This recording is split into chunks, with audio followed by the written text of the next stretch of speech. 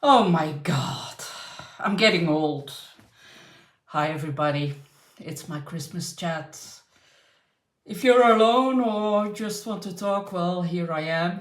Um, let's start with what I'm currently reading. It's not yet available in English. It's by a Swiss author named Charles Lewinsky, and it's called Halfbaard or Half Beard. It is set in the Middle Ages, somewhere in Switzerland, and it's a story of a man with a gruesome wound that was um, um,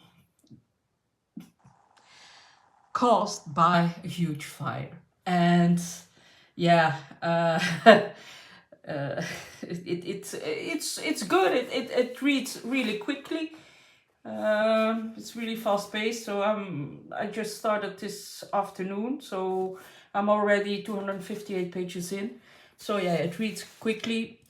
I lack a bit of depth, if I'm honest, and but yeah, it's a fast paced read, so ideal for days like today. I saw somebody coming and then leaving, so I'm sorry. I'm really not well prepared today. But anyway, it doesn't matter. I will chit chat a little. One of the books that I really want to read in the upcoming days is this one. 1 second. Oh, two people are there. Hello, everybody. I want to read this one. Curry. Apparently, it's really beautiful. By Benjamin Myers. So I always listen to Ben Reads Good or something like that. He's a rather new booktuber. He's only like 1 year online, but he already has 3,000 followers. He's British. Ben Reads Good. Yeah, it's a really good channel, and he highly recommends it. Go check him out. He's absolutely great as a presenter. He really talks in a fascinating way about his books, about the books that he read, and it's always very yeah, enticing. So I really like his channel. So it is Curry is a bold and experimental retelling of the story of the hermit St. Cuthbert, unofficial patron saint of the north of England, incorporating poetry, prose, play, diary, and real historical accounts to create a novel like no other. Cuddy straddles historical eras from the first Christian slaying Vikings invaders of the holy island of Lindisfarne in the 8th century to a contemporary England defined by class and austerity. So I think it's, yeah, it really appealed to me. So, and I like the cover too. And I think maybe these two go very well together. Post supper all end here. So that's why I waited. I was planning on doing it an hour earlier, but I thought, no, people are still eating and everything. Am I well? No, not really. I have been ill, yes, since yesterday. A bit of a stomach flu, but that's typical for me during Christmas. The last 10 or 8 years, I always have the stomach flu on Christmas. I don't know what it is. I haven't eaten anything special or weird or whatever. I don't know what it is. I had a beautiful cuddling session with my toilet pot this last evening, tonight, and last night, and this morning. So yeah, I feel a lot better though. But anyway, it doesn't it doesn't matter. I can lose a little bit of weight. It doesn't really matter. But anyway, so, and this one I still want to read. Night Bloom by Peace Azzomedi. Apparently it is really beautiful. So yeah, and I was wondering if you have seen the video of Brian of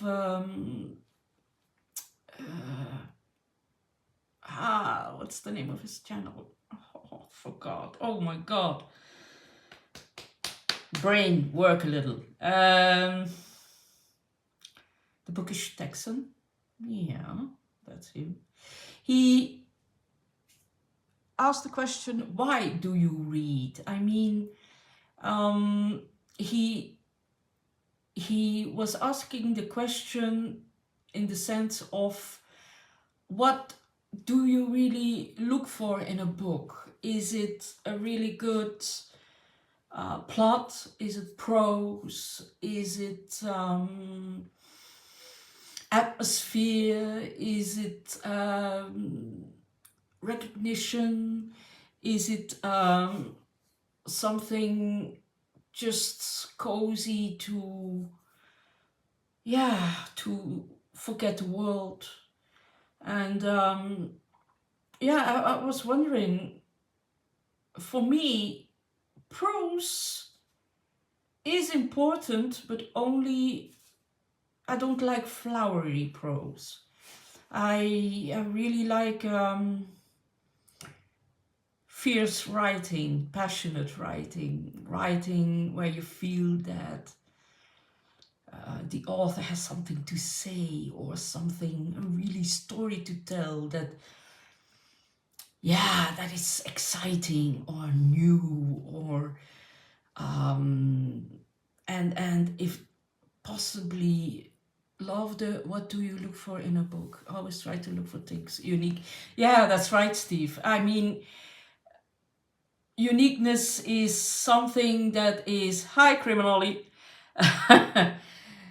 finished eating, Ollie. So was your father happy with his gifts? With what did you buy? Alien and Razorblade Tears. What was the third one? I forgot. I just watched it and I already forgot. Now, anyway, what I'm looking for is exciting things to read. Like, I like novelties, but it has to be natural. I mean, sometimes it can come across as very forced. Now, there's a book that I've read recently, but I can't look it up. I will talk about it in a later video. I haven't finished it yet. It was a book that is hardly read, but it came out in 2023. And I will talk about it because I think it's very wild and refreshing. So, but I didn't have enough time to read it the way I'm supposed to read it. And I'm glad your father was happy with his book, Solly. That was a really good post, by the way. Now, and nobody talks about that book, but I think on Goodreads only 23 people or something of the sort has talked about it. But I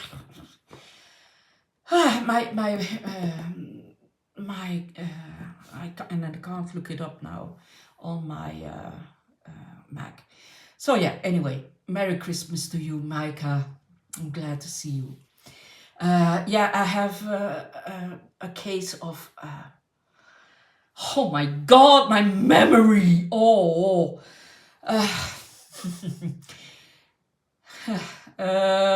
So anyway, do you have unique plans for 2024? Yeah, reading as much as I can, finding great books that either haven't been discovered or that nobody talks about. or yeah, the weird and wonderful, and finding books that could be translated into English. That's something that I'm really passionate about. And Merry Christmas, Lindy. Is it morning on Canada's West Coast? Oh yeah, that's true. Good morning, Lindy. So yeah, I always look for finding new voices is always fun. For 2024, I will see what will come my way. I would like to reread Moby Dick next year. I would like to reread The Magic Mountain, which was... I had a blast with the... Hi, Jenny. I had a blast with The Magic Mountain by Thomas Mann. Yeah, there's so much I want to read more Brontes. I only read one, and I really would like to read The Tenant of Wentworth Hall or something like that. Hungry Ghosts I want to read. There's a lot that I want to read, and I hope I can find some really wonderful stuff from the past that nobody talks about. And yeah, yes, that's true. We will do a reread of Moby Dick in 2024 for Classics and Company. That's on the list. The list is not yet finalized because I have a doubt with one book by The City of Women by Christine de Pizan, which is a medieval story written in medieval times. It was supposed to be the most feminine text till that time, but I have talked to several people who have read it and it hasn't aged very well. They see the importance of the text, but it's not really a great reading experience. So maybe we will have to change that one, because having one of those in a list is good, but not too many. And I prefer to read things that will speak to a broader audience. But anyway, if you have bought it already, it doesn't matter. We can always do a buddy read. That's something I would like to do also next year. I would like to do more buddy reads with you. It doesn't have to be other booktubers, but you are welcome if you send me an email or write to me in via Voxer or in the comments. Please do. I really would like to do more buddy reads, because I think it's it's a really fun way of discovering books, and especially more challenging books. I've read The Magic Mountain this year for the first time together with Aaron Facer, and I really enjoyed the experience. I also buddy read each month with Ollie, which is also very fun. We are doing the last 10 books, or I believe, of Patricia Highsmith. I'm really curious how that will go. Then yeah, what else? What are your reading plans? If do you want to read The Magic Mountain? Oh, is it on the list? Micah, are you still there? I'm really having a brain fog today. I don't think so. Maybe we could put it on the... Yes, it is on the list. It is on the list. With, it's on the list. Together with Britta from, Britta Bowler. She has written a book about Thomas Mann, so she is really a big fan of Thomas Mann. And who else is there to buddy read with The Magic Mountain? I really loved The Magic Mountain. There are a lot of people who don't like it. Yeah, yes, Britta will be co-hosting. There are a lot of people that don't like it at all, the Magic Mountain, but I loved it, and I really his. I think a lot of people miss his tongue, his irony, and take it all too seriously because it isn't to be taken all that seriously. And yeah, for me it was a feast. I highly enjoyed it. But I really like Thomas Mann's tone of voice. It's always very tongue-in-cheek, and once you get that, and then it's so much more fun to read it. So yeah, I think the problem with Magic Mountain is that people take it too seriously. And I want to read some more historical fiction, because I really like it and I have read not enough of it. I hope I can discover some new. I love the Bronte Standard of Windfell Hall is really good, but Villette. But is Villette so not sort of a Marmot kind of book that not everybody likes? Bye, Criminoli. Thank you, and have a Merry Christmas, and enjoy. Villette is a kind. I have it. I have all the Bronte books. I bought it for a couple of euros. Yeah, it's very by Ollie. Yeah, it's very Marmite. So I don't think I will do that next. I will try first The Tenant, and we see how that goes. I'm also very reluctant to read the most famous one, Wuthering Heights. So, my track record with English classics isn't really good. I really enjoyed Jane Eyre, for instance, but Jane Austen is not really my cup of tea. Although I do love a Steinbeck. I really like Steinbeck.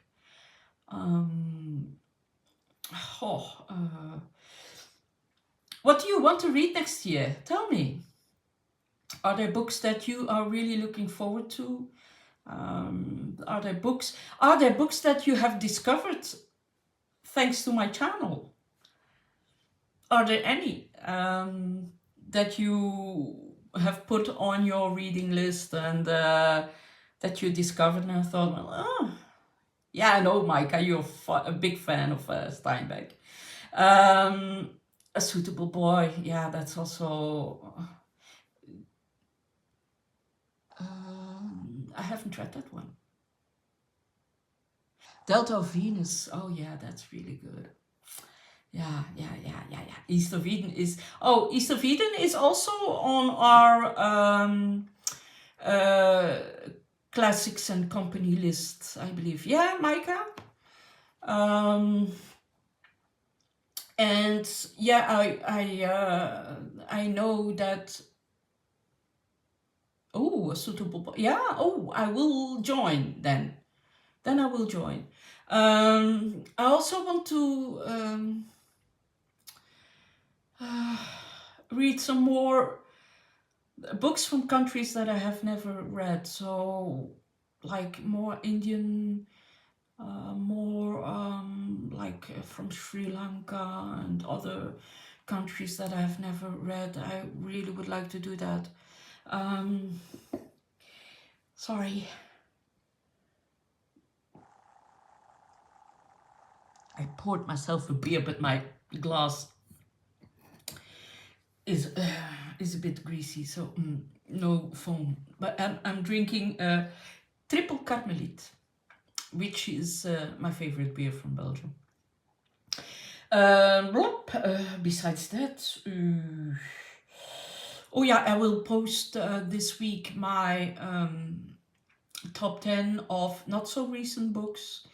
And then I think on New Year's Eve, I will post a list of my real top 10. A lot of books that I've read aren't yet available in English, but I want to. Oh, The Seven Moons of Mali Almeida. I haven't read it. Do you want a buddy read?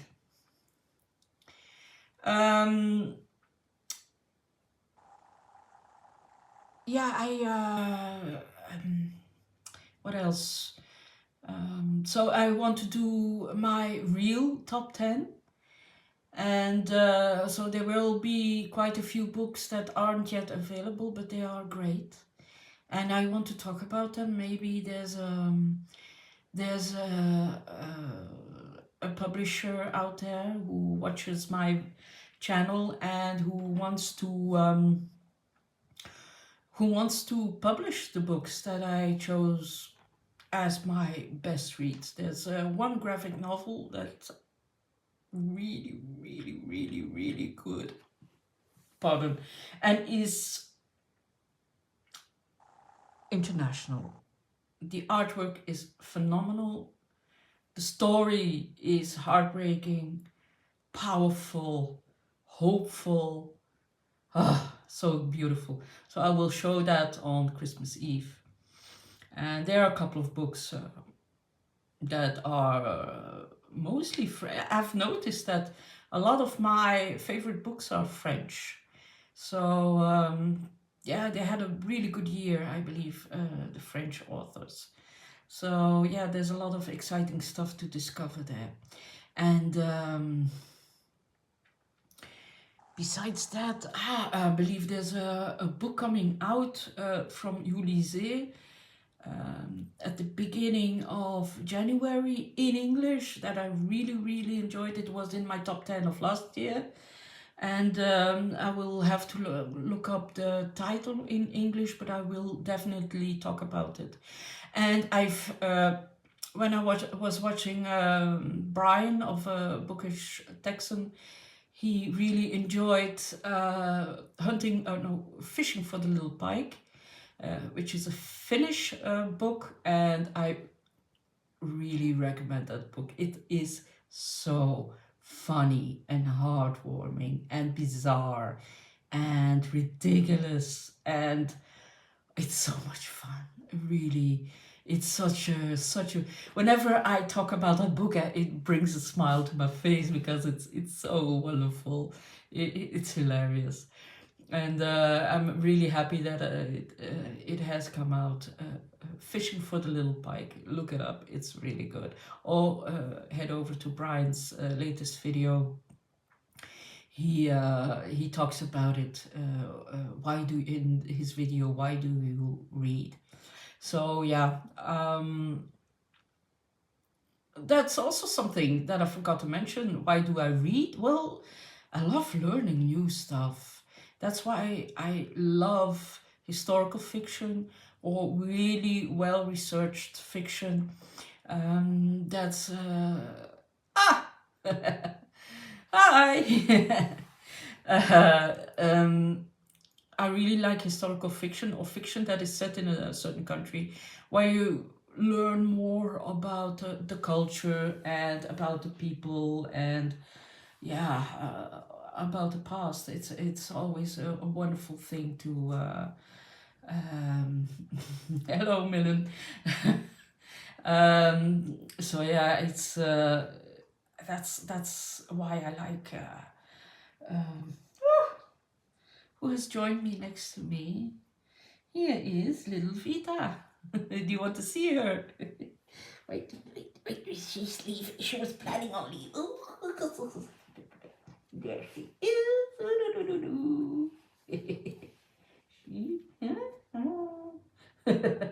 I love her so much. And Muffin is on at my feet, my little dog. But Muffin Vita likes the screen time, I think, and she likes biting too.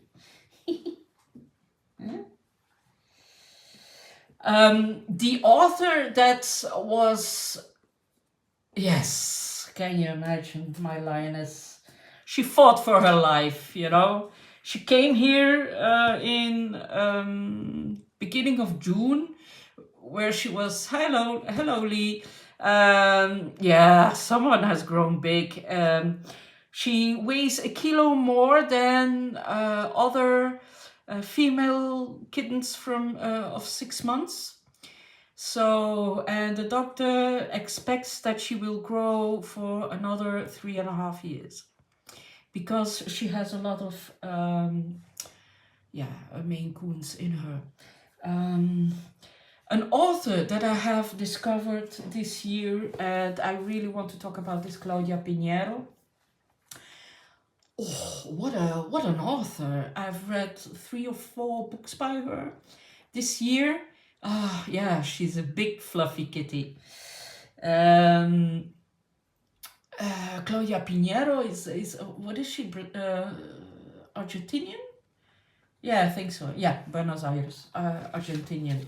What a discovery! Claudia Pinheiro is becoming my favorite female author from Argentina. She's really good, and she writes stories with so much gentleness and understanding and passion and humanity. It's really A Little Luck is beautiful. Really beautiful. I highly recommend it. It was a 5-star read for me. It didn't make my top 10, but it was like difficult to choose because I've read so many really good books. If you read 300 books, it's difficult to make a top 10. I can Yosha or Loza, or how do you pronounce it, is double L, not sort of a J. Hi. Hello, Gare of the 1,000 Books. Mario Vargas Llosa, I think it is how you pronounce it. My Spanish is non-existing, although I have 300 books, Micah. Yeah, this year. But Ollie and Yosha,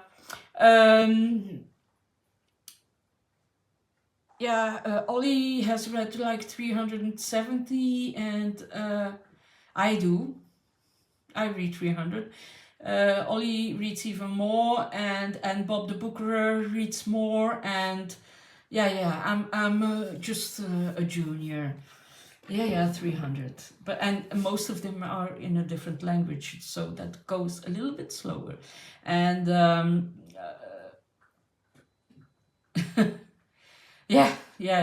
do. I read a lot.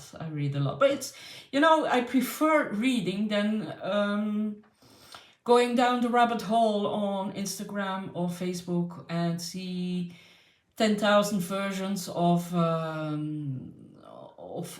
the same video. And I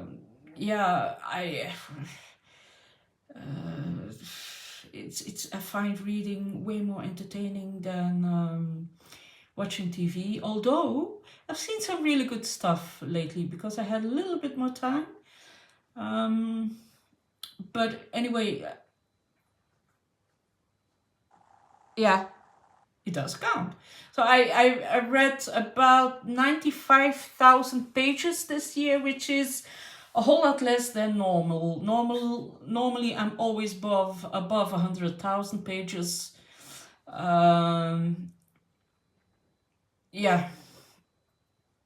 Ooh. Butcher. So she's reading an advanced reader's copy, an ARC of the new Carol Jane Oates. It must be something wonderful. It has been busy. I've read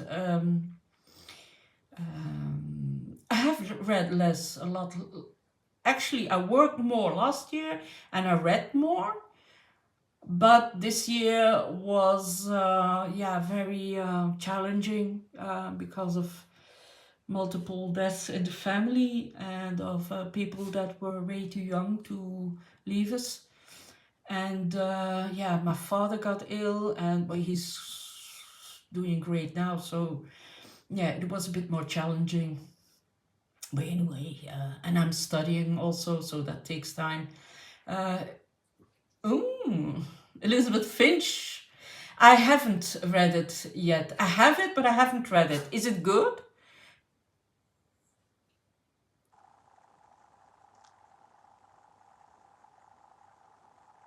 Yeah,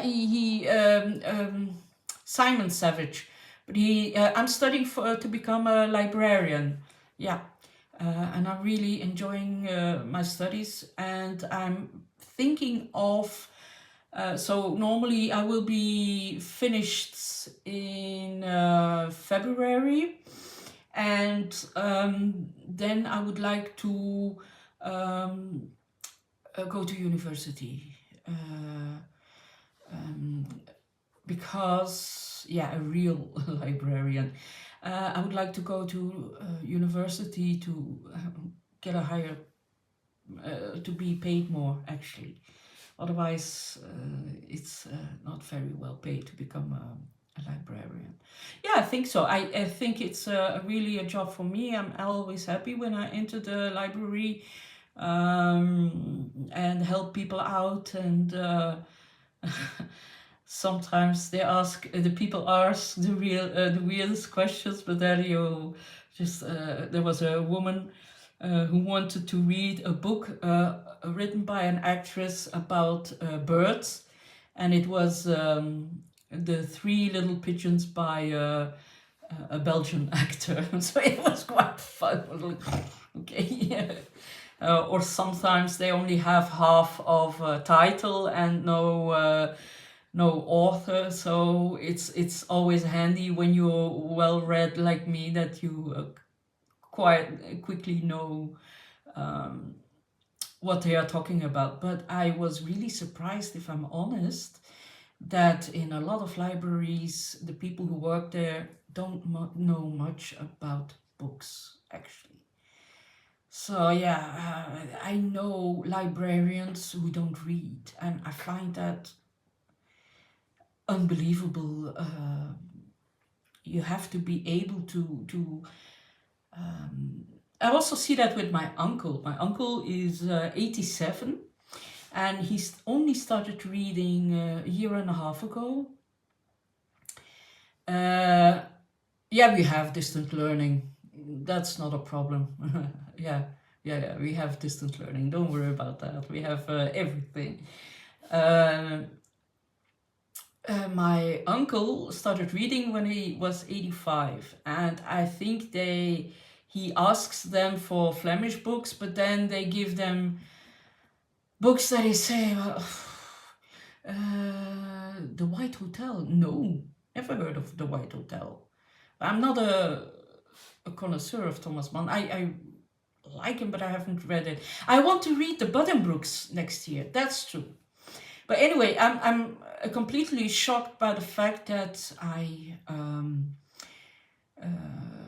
that my colleagues, and they give then weird examples to my uncle, while there are a lot more great stuff to read, like the Anne Patchett books, for instance. Those are great for older people.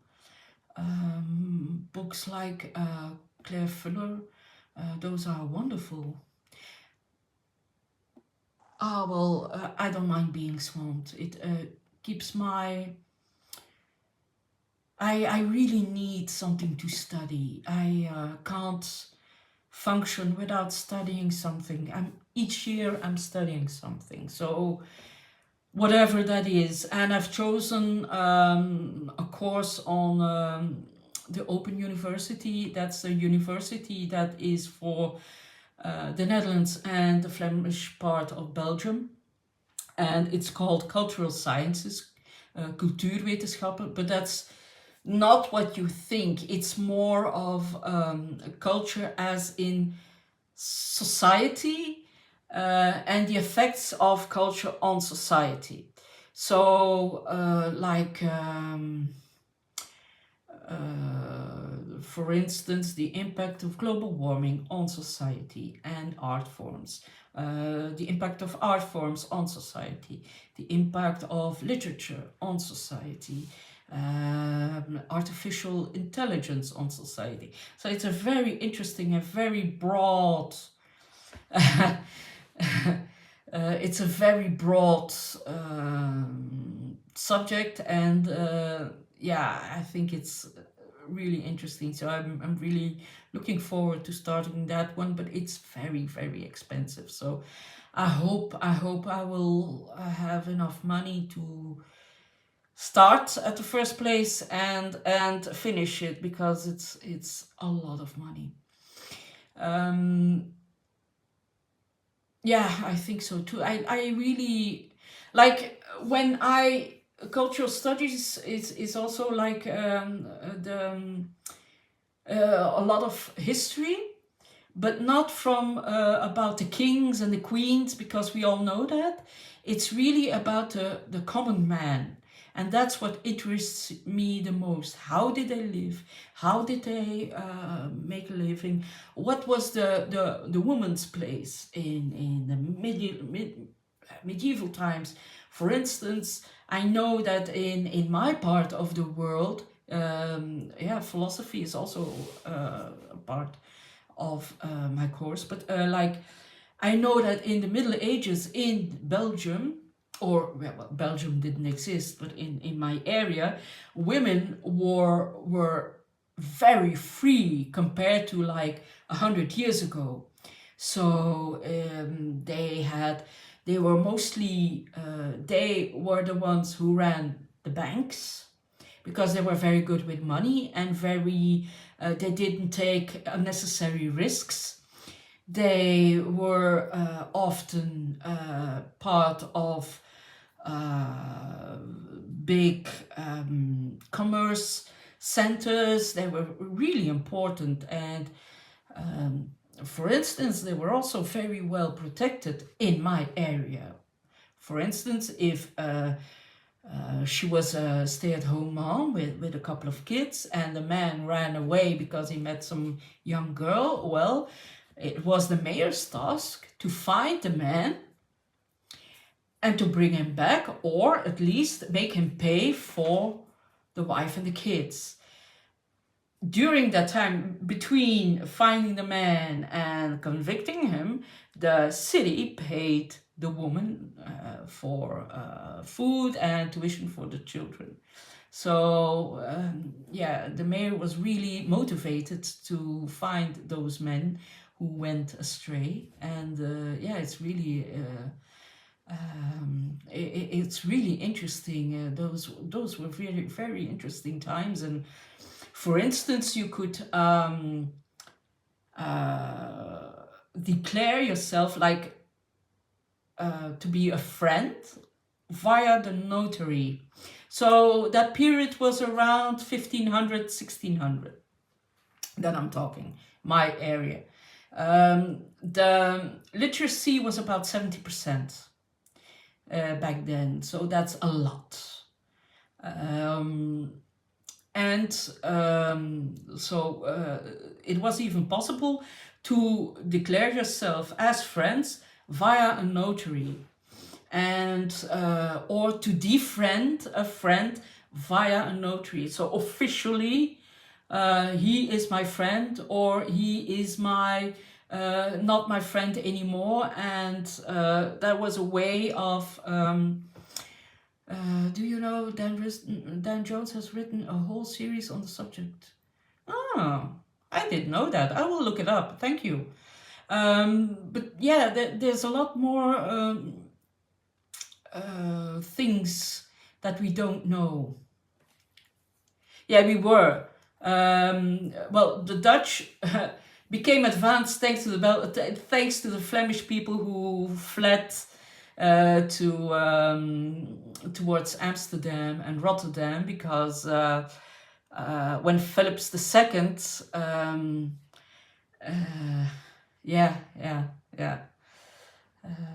when Philips II did the blood trials and everything, it didn't work, and he finally said, well, people, you have 5 years either to convert back from Lutheranism or Protestantism and go back to Catholicism. And then, and if you don't want to convert, well, you can leave the country. So everybody went up north, and with all the money, and that was devastating for our part of the world. And the Amsterdam tripled in size over 4-5 years and became really, really big and powerful. And then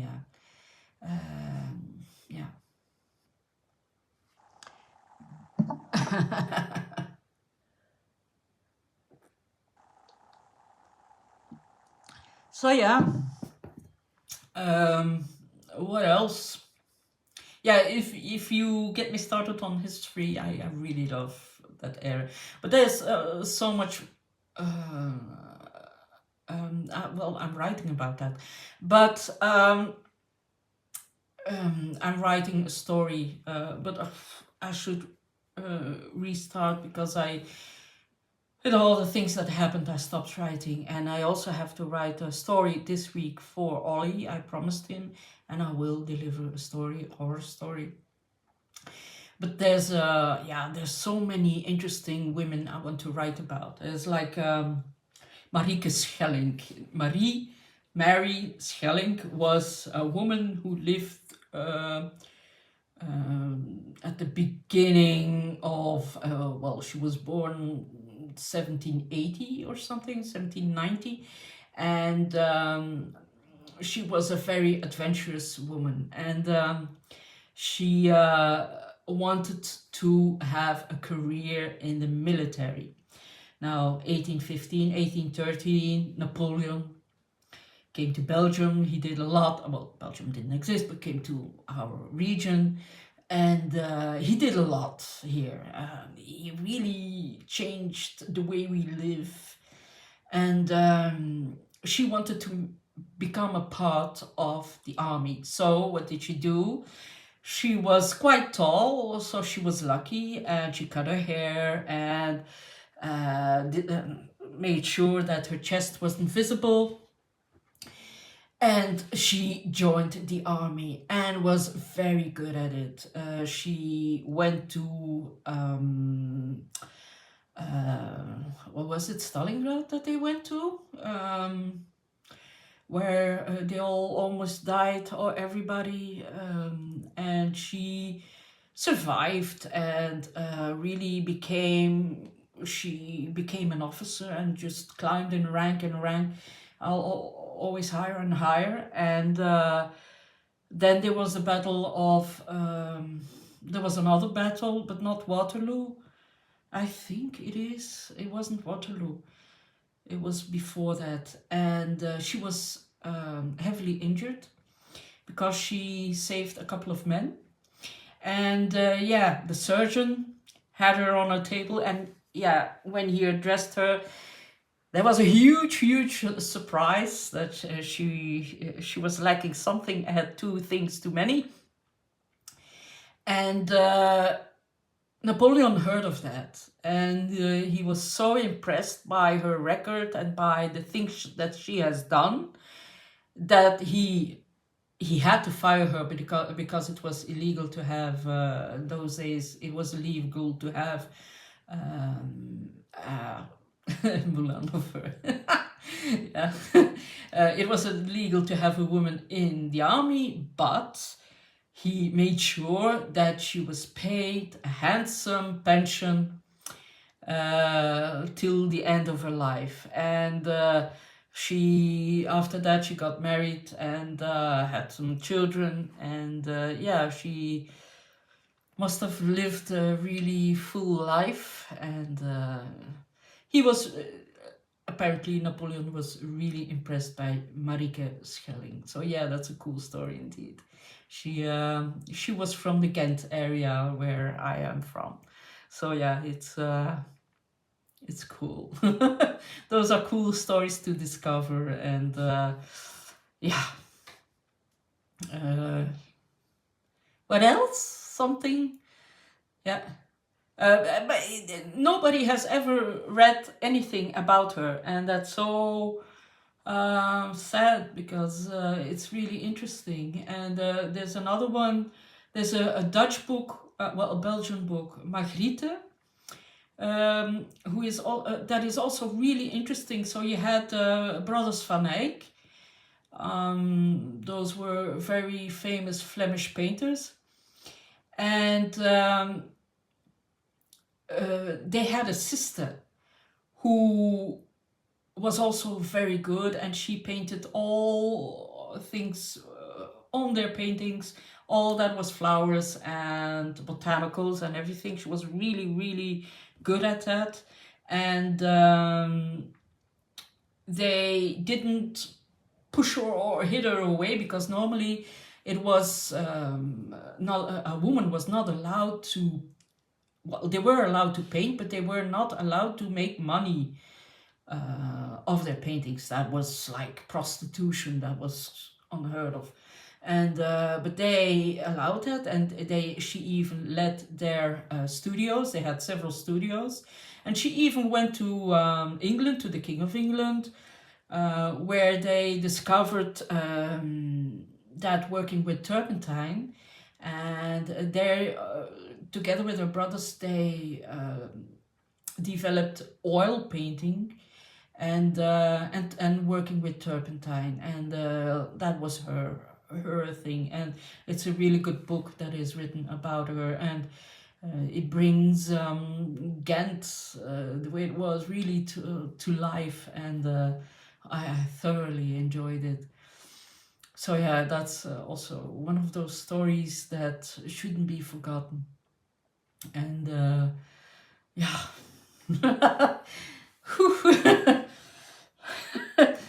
Any other things? Okay. Bye, Micah. Thanks you for coming, stopping by, and Merry Christmas to you too.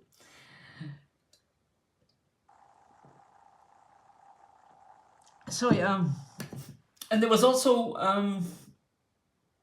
do you know that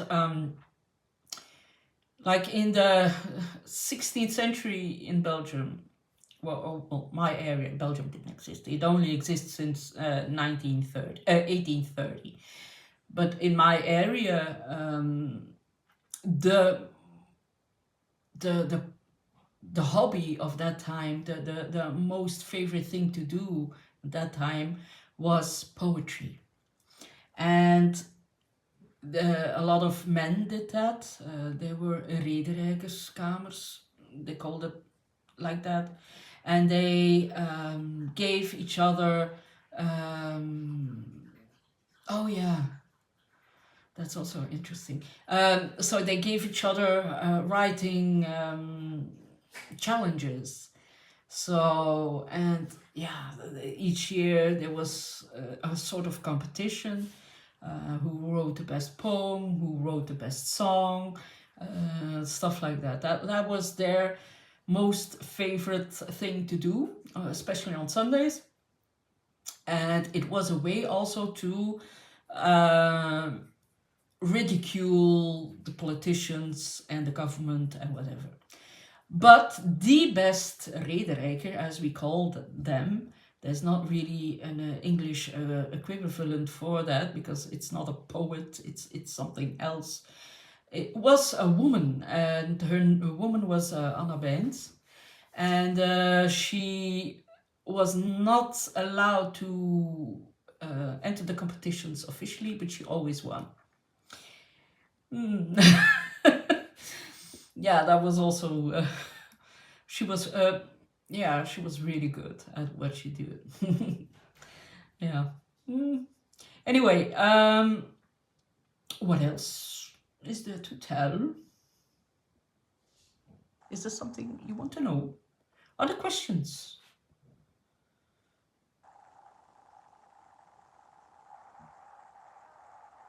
Oh. You could maybe good books. Yeah.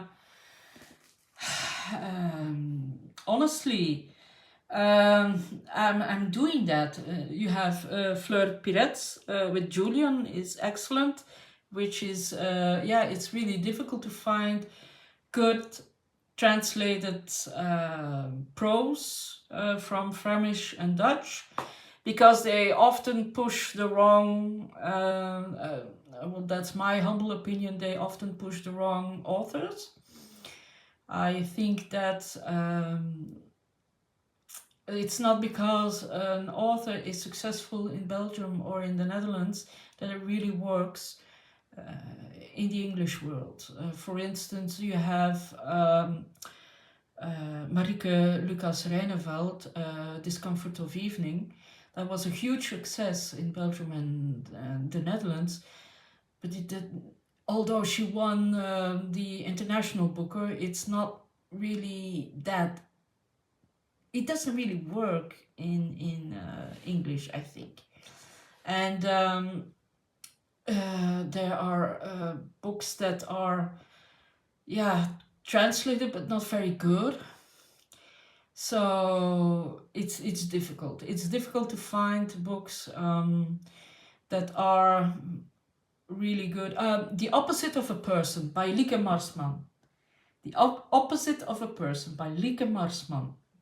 That is really, really, really good. It's a small volume, a sort of a novella, but it's so, so good. Yeah. Did you read it in German, The Opposite of a Person? Did you like it, Millen? And yeah, it's a really good book. And of course, we have our Jacqueline Hartman. Jacqueline Hartman was a writer from Brussels. She wrote, for instance, I Who Have Never Known Men, which is now becoming popular on BookTube, thanks to Emily Fox. And yeah, she's Lieke Marsman. So you have to know, Lieke Marsman is an author who has cancer, and the left of her shoulder is already taken away. So she lost her left arm and a part of her shoulder. And but she still writes, and she writes very well. And yeah, The Opposite of a Person is really, really good. And I Who Have Never Known Man is Hartman, Jacqueline Hartman. And that's there's so many books that aren't even translated into Dutch from her, and I find that such a shame. A good book that I really enjoyed was this one that I read last week, Orbital. If you like the Employees by Olga Raven, this one will be yours too. Orbital by Samantha Harvey. And according to Mark Nash, her other books are even better. So I'm really looking forward to that. And then, which one? No, I have nothing else for now. Yeah. It's adjusted in German. Okay, yeah. Julie Zee is also an author, a German author that I really liked. And maybe you will like, what's it in German? Der Halbbart. Der Halbbart by Charles Lewinsky. He's a Swiss author. I'm reading this today. It's it's a medieval story. And yeah, it reads well. Although Charles Lewinsky is not my... Ulysses is fantastic. But Charles Lewinsky is not my favorite. Eurotrash, no, I haven't. No, I haven't read that Eurotrash. Don't like the sound of that word.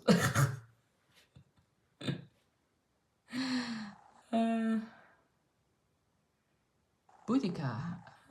Okay, yeah, that's interesting too, yeah. That's about it. I have nothing more to tell, unless you have questions for me. Come on. Christian Kracht. Never heard of Christian Kracht. I will look that up. Oh yeah, also Swiss. Okay. Madeleine Haushofer is one of my most favorite authors. Die Wand is The Wall is amazing. Absolutely amazing. It's in my top 10 ever. What a book, what a book. So yeah, Madeleine Haushofer is an Austrian author, and she wrote The Wall in the 60s, and it's a bit like it's the same concept as The Dome by Stephen King, but it's so much better done. It's uncomparable. Yeah, it's really good. It's really good. But if you love The Wall, then you have to read I Who Have Never Known Men. That is, yeah, the movie, the German movie is phenomenal. Phenomenal. Yeah, it's really well done. Then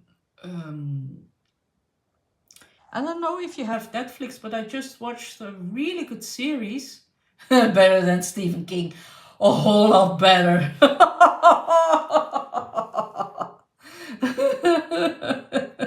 A whole lot better. Oh, have you read it, Steve? Have you read it? Because it's magnificent. I don't know if it's out in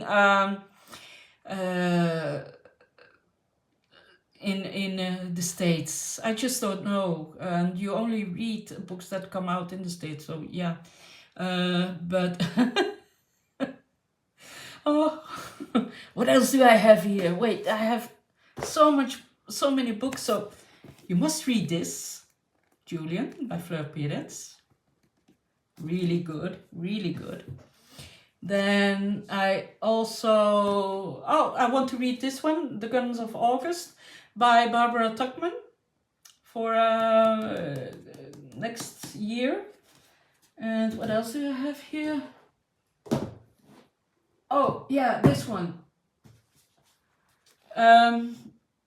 By Judith Shalansky, and this is The Giraffe's Neck.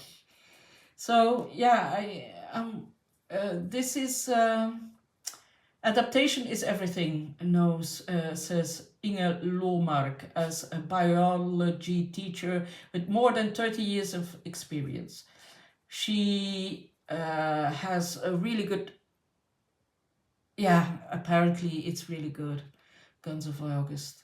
So she's a really strict teacher, but when she has feelings for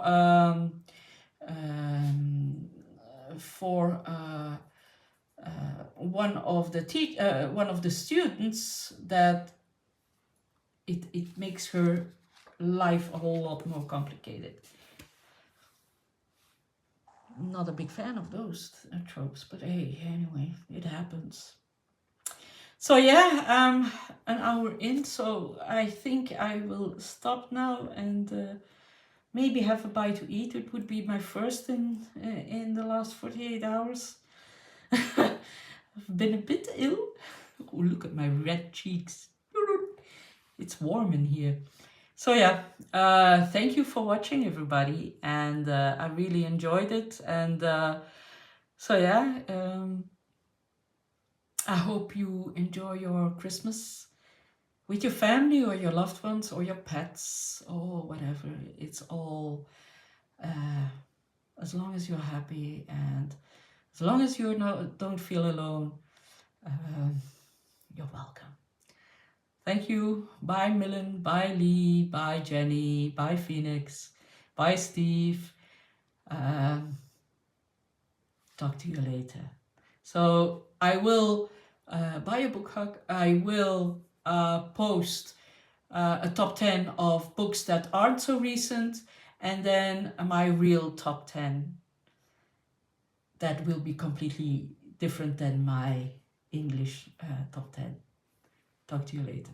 Bye-bye.